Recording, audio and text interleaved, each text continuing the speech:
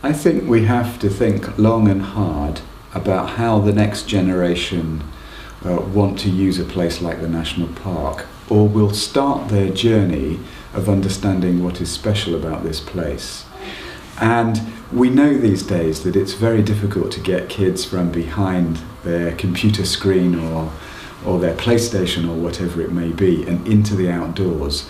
And I think some form of infrastructure that provides an interesting and fun alternative to being sat behind a computer is a good way of getting the imagination of our young people sparked up.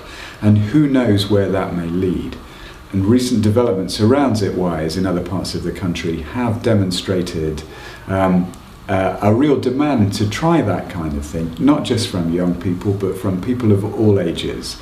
And so the question comes down to where might be an appropriate place to do that kind of thing in the Lake District.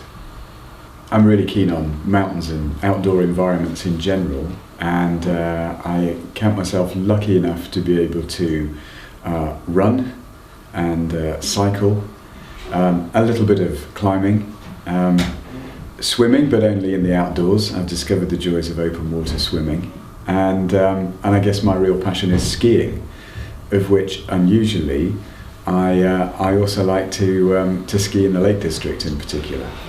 About half of our annual budget of £10 million comes from the government at the moment. Just over £5 million comes as a grant from DEFRA, the Department of Environment, Food and Rural Affairs.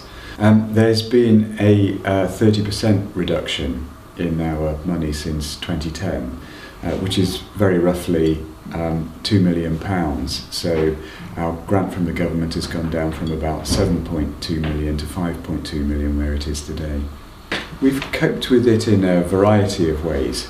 I think the first thing to say is that the strongest thing on which we've relied to carry on pursuing our vision for the National Park, which is about the place being an inspirational example of sustainable development, is to really work the partnership that owns that vision. And the partnership consists of 25 organisations, and we bring them together to agree the future plan of action for reaching that vision in the National Park. But equally, we've looked very long and hard at the commercial side of our business, recognising that in the Lake District we have an advantage, if you like, in the large amounts of visitor numbers that we have. Some 15 million people visit the National Park. And we have commercial outlets in the forms of visitor centres, shops, cafes, car parks, and we've attempted to make sure that we can maximise the income from those streams to help support our work in looking after the National Park. And so that twin track of looking closely at our commercial operations, working our partnership very hard, as well as attempting to make sure we're as efficient as we can possibly be in the way we deliver our services, has been our overall approach to dealing with the reductions in government grant.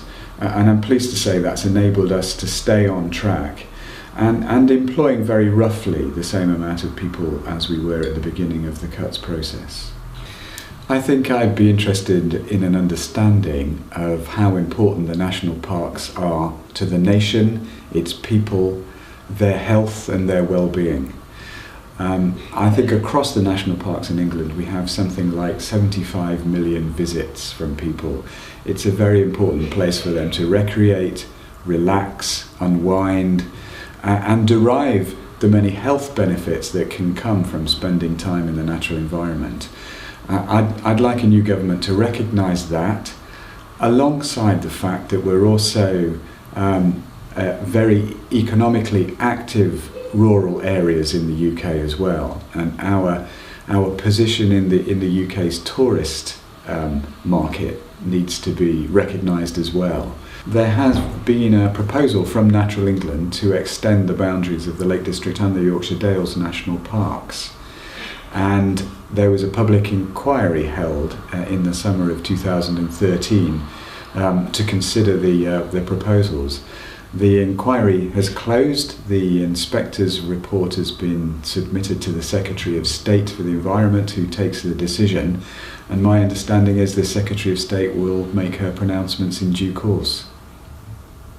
And I think it's a very important concept, this, particularly for readers of Gruff, to be aware that when they come to the national park and use our car parks, pay to park, use our visitor centres, come into the information centres for information, buy gifts and things that they need to access the hills, all the while they're doing that, they're helping us sustain the work that we do to look after the national park. In a sense, we're lucky in the Lake District in that we have a lot of this infrastructure. We have a long history of commercial activity in the national park and a lot of visitors, 15 million visitors.